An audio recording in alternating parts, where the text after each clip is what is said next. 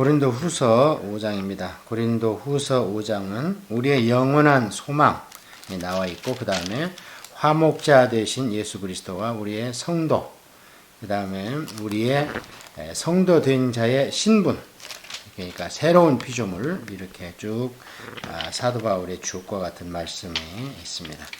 만일 땅에 사는 우리의 장막집이 무너지면 하나님께서 지으신 집 곧 손으로 지은 것이 아니요 하늘에 있는 영원한 집이 우리에게 있는 줄 아느니라.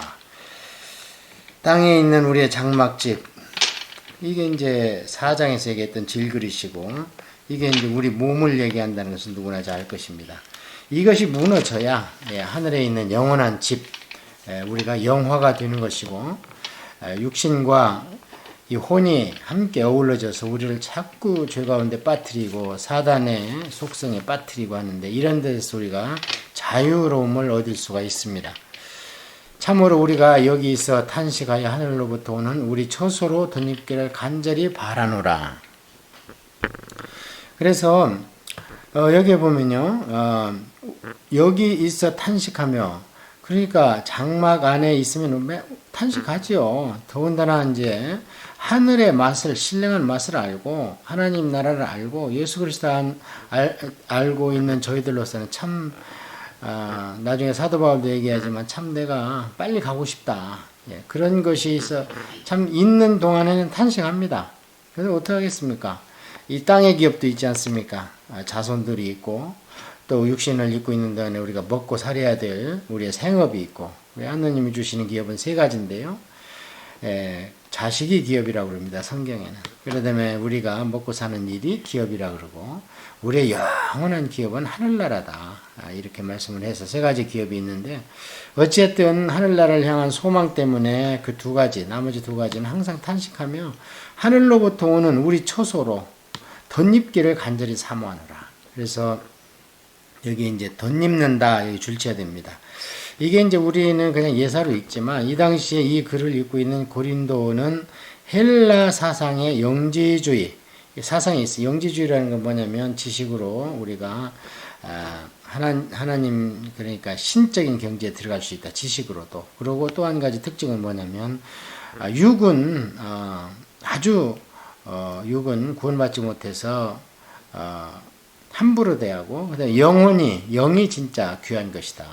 그래서 그냥 막 굴립니다. 그러다 보니까 뭐 음란하기도 하고, 몸을 함부로 굴리니까 막 싸움도 하고 이렇게 하는데요. 이제 사도 바울은 얘기할 그렇지 않다는 겁니다. 하늘로부터 오는 우리 처소, 이제 이게 우리가 영화되는 것인데, 그것을 현재 있는 우리한테 덧입기를 간절히 사모한다. 이렇게 입으면 우리가 벗은 자들로 발견되지 않으려 함이라. 그래서 사도 바울이나 이 사도들의 서신서를 잘 보면요, 초기에는 이렇게 우리 육신에 주님의 부활로 말미암아 살아있는 동안에 주님 오심으로 우리 육신이 그냥 그 위에다가 영화되는, 마치 주님께서 부활체로서 영화되신 모습으로 보여준 것처럼, 그래서 덧입는다는 사상이 참 많았습니다. 그래서 이건 두 가지 뜻이 있어요. 하나는 그 영지주의를, 그래서 영지주의가 얘기하는 것처럼 육신이 그렇게 아무것도 없고 함부로 굴려도 되는 것이 아니다 하는 것과, 그 다음에 살아생전에 주님이 오셔서 우리 육신 위에 하나님의 신령한 하늘나라 처소로 덧입혀 주신다. 이게 입은 것 위에 한 겹을 덧입혀 주신다. 이런 두 가지를 내포하고 있습니다. 참으로 이 장막이 있는 우리가 짐진 것 같이 탄식하고자 하는 것은 벗고자 함이 아니 오히려 덧입고자 함이니 죽을 것이 생명에 삼킨 바 되게 하려 함이라. 그렇지 않습니까? 여기 나와 있잖아요. 우리가 탄식하는 것은 벗고자 함이 아니요, 죽고 싶다, 이것이 아니라는 거예요. 그러니까 육신이 죽어야 영이 하늘나라를 가는데요, 그렇게를 원하는 것이 아니고 오히려 현재 있는 상태에다 덧입혀주기를 간절히 소망한다. 그래서 죽을 것이 생명에 삼킴받는다. 이 육신은 죽을 것이죠. 그런데 이 육신에다가 주님의 그 부활체로서, 재림으로 인한 부활체로서 덧입혀줌으로 말미암아 죽을 육신이 영원한 생명으로 그냥 변화되어 버리는, 순식간에 그렇게 되기를 원하기 때문이다. 곧 이것을 우리에게 이루게 하시고 보증으로 성령님을 우리에게 주신 이는 하나님이시라. 그러니까 이런 소망을 우리한테 주고 그 소망이 내가 그냥 말로 하는 것이 아니다. 보증을 내가 하겠다. 그래서 이 보증이 이제 원어로 보면요, 선금을 준다 이 뜻입니다. 그러니까 무슨 얘기냐면 디파짓하는 겁니다. 우리가 어떤 집을 사면은 거기에다가 계약서를 쓰고 디파짓하죠. 그러면은 그 집은 우리 것이 되는 것입니다. 장차. 그래서 지금 성령님이 우리 안에 와 계신 것은 하늘나라를 우리한테 주시기 위해서 성령님이 먼저 디파짓되어 있다는 거, 우리 마음속에. 그래서 보증을 하신다는 거예요. 그러니까 이 보증이 나중에 확실하게 될 때 우리는 하늘나라 시민이 되는 거죠. 그러므로 우리가 항상 담대하여 몸으로 있을 때에는 주와 따로 있는 줄을 아노니, 보증으로 성령님만 와 계시고 현재는 우리가 주님과는 따로따로 떨어져 있습니다. 왜냐하면 몸이 있으니까, 우리 육신이 있으니까 주님과 같이 거할 수 없습니다. 주님과 같이 거할 수 있다는 것은 우리가 신령한 몸으로 된 하늘나라에 먼저 가신 분들이나 또는 이 땅에서 호련히 변화되어 주님을 맞는 그런 파루시아 때 그런 일이 있다든지, 아니면 재림 때 호련히 변화되어서 순식간에 주님과 같은 몸이 됐을 때, 그런 몸때를 빼고 오늘날 우리와 같은 사람들은 성령님만 우리한테 디파짓되어 있어서 보증으로 와 계시고, 우리는 주님과 따로 떨어져 있죠. 지금 그 말씀하는 겁니다. 그렇지만 이는 우리가 믿음으로 행하고 보는 것으로 행하지 아니함이로다. 이게 우리 아닙니까? 그러니까 우리는요, 뭐 눈으로 보는 것은 누가 행하지 않겠습니까? 그래서 우리는 이제 히브리서 11장에 나오는 것처럼요, 보는 것을 누가 못 믿겠어요. 그래서 우리는 보이지 않는 것을, 믿는 것을 믿음이라고 하잖아요. 그래서 우리는 세계관이 성경적 세계관이 되어야 됩니다. 보는 것으로 행하는 것은 세계관이 이 땅에서 우리가 배우고 습득하고 유물론적 세계관이죠. 그래서 반드시 인과응보고, 그 다음에 강한 것은 약한 것을 지배하고. 그렇지만 이제 우리는 그런 데서 이미 벗어나서 우리의 그 세계관이라는 게 뭐냐면요, 나의 가치관을 얘기하는 겁니다. 내가 어떤 것을 더 가치를 두느냐. 그래서 무슨 사건이나 이런 사물을 볼 때에 크리스찬적, 기독교적 가치관으로 그걸 보는 거예요.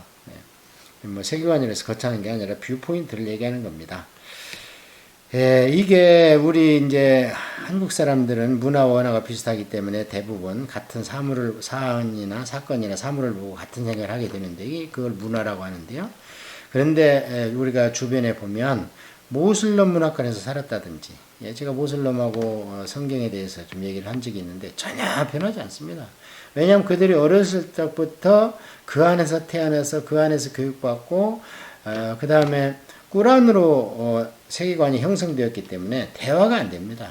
그러니까 우리는 참 얼마나 행복한지 몰라요. 진짜 복음 중에 복음, 진리 중에 진리고 우리 세계관이 형성되어 가고 있지 않습니까? 우리가 담대하여 바라는 바는 차라리 몸을 떠나 주와 함께 있는 그것이라.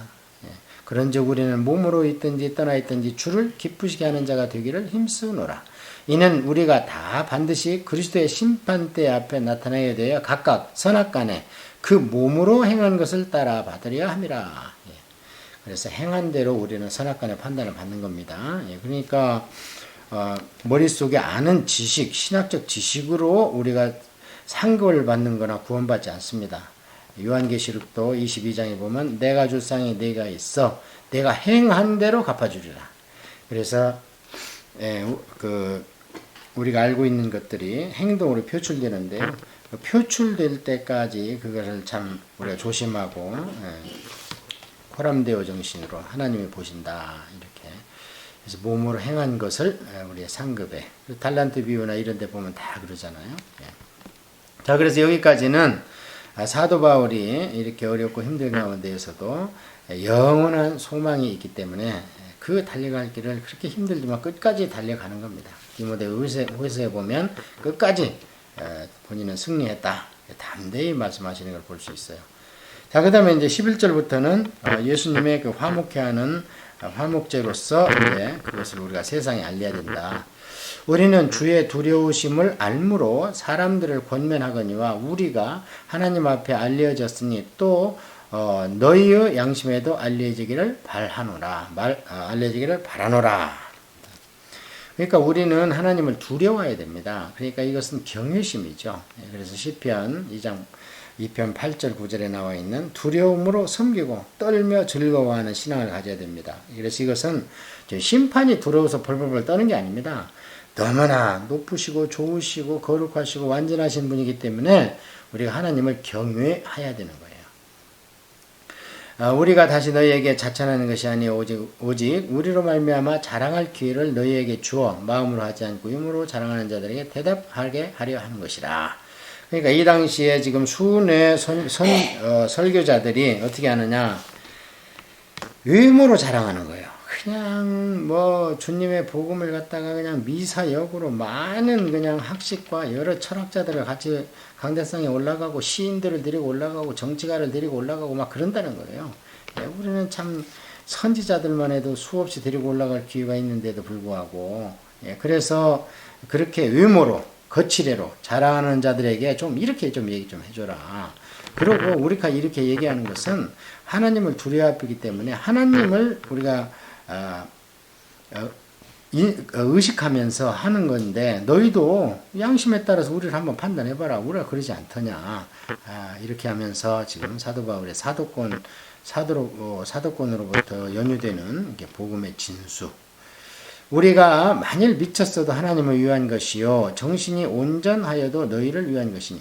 이제 이런 거 쉬운 성경 보면은요, 우리는 하나님에 대해서 미쳤다. 왜냐면 그게 너무나 귀한 것이니까. 그런데 너희에서는 정신이 온전하다. 말 같아. 아주 경성돼 있다, 정신이. 왜냐면 복음을 전할 때 딴 걸 안 전하기 위해서. 이게 정말 우리 말씀 맡은 자들 또는 우리가 전도할 자들의 받아야 될 겁니다. 하나님에 대해서 미친 겁니다. 왜냐하면 너무나 귀하고 좋은 거 그거 알았기 때문에. 그런데 이제 그것을 세상에 전할 때는요, 정신이 온전해야 됩니다. 그러니까 막 들고 뛰고 해가지고 막 흥분시켜가지고 막 으싸 하면서 그건 그렇게 하면 안 된다는 거죠.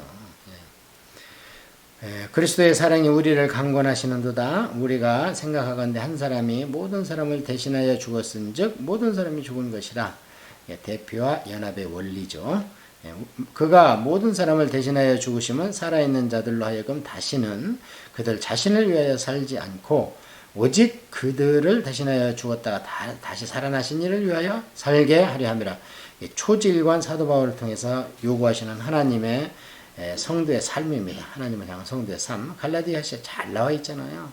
이제는 내가 사는 것은 내가 사는 것이 아니요 나를 살리신 예수 그리스도를 믿는 믿음 안에서 사는 것이다. 자, 그러므로 우리가 이제부터는 어떤 사람도 육신을 따라 알지 아니하노라. 비록 우리가 그리스도도 육신을 따라 알았으나 이제는 그같이 알지 아니하노라. 그런즉 누구든지 그리스도 안에 있으면 새로운 피조물이라. 이전 것은 지나가시니 보라 새 것이 되었도다. 우리가 이제 이것을 요절로 잘 외우고 있는데 정말 요절 중에 요절이죠. 그래서 우리는 새로운 피조물이 되었습니다. 왜 그러냐면 성령님이 우리 안에 보증으로 와 계시기 때문에 그렇습니다. 사실 이게 참 놀라운 얘기죠.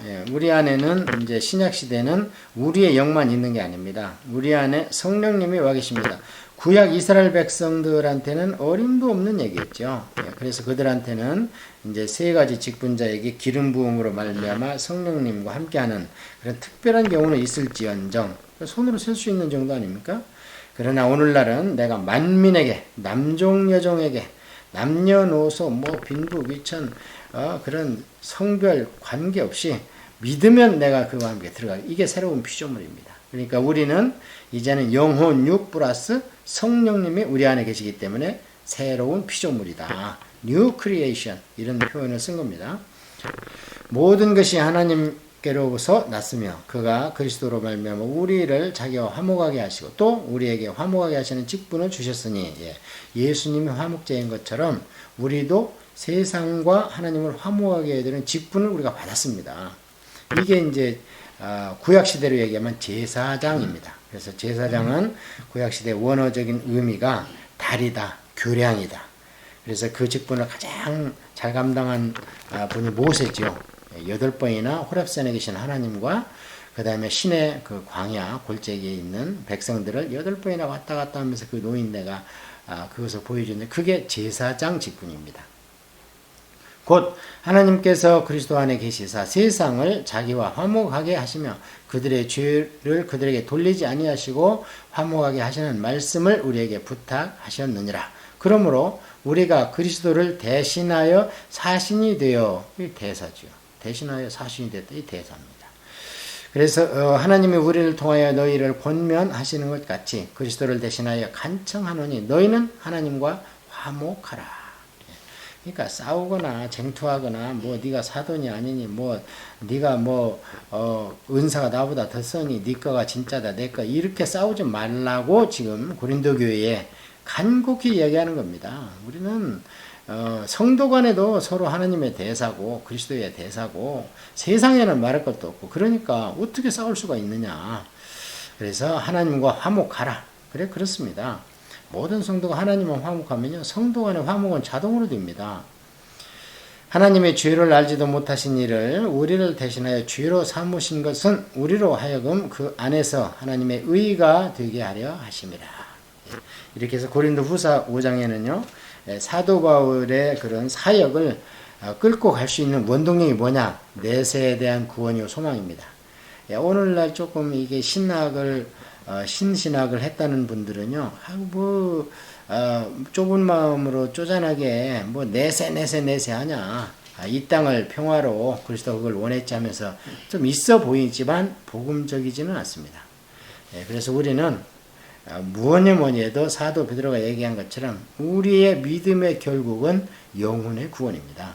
계속 지금 사도 바울은 그 말씀을 하는데 이런 말씀을 어디로 갔는지 요즘에 신신학 하신다는 분들은 자꾸 세상에 이 눈으로 보이는 세상에서 그리스도의 나라를 펼치려고 그럽니다.